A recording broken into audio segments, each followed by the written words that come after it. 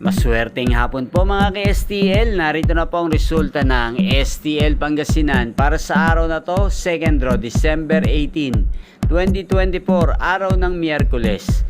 Naway ang mga natayan niyo pong mga numero kanina ay manalo nawa ngayong hapong ito, 5 PM. Kaya't kunin niyo na po ang inyong mga tickets.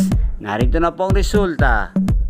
Ang mga numerong nanalo sa STL Pangasinan ngayong hapong ito, December 18, 2024, 5 PM. Second draw result, 5 at 5 or Pompiang 5 sa lahat po ng tumaya kanina sa STL Pangasinan para sa second draw ng 5 at 5. Congrats po sa inyo. At ngayong hapong ito sa STL Pangasinan, nagpapa-shoutout pong muli si Madam Cherry Omagap at Madam Connie Omagap. Shoutout po sa inyo mga madam, naway isa po kayo sa swertehin ngayong hapong ito sa STL Pangasinan. At sa lahat po ng mga taga Pangasinan dyan, shoutout po sa inyo, naway nasa mabuti rin po kayong kalagayan.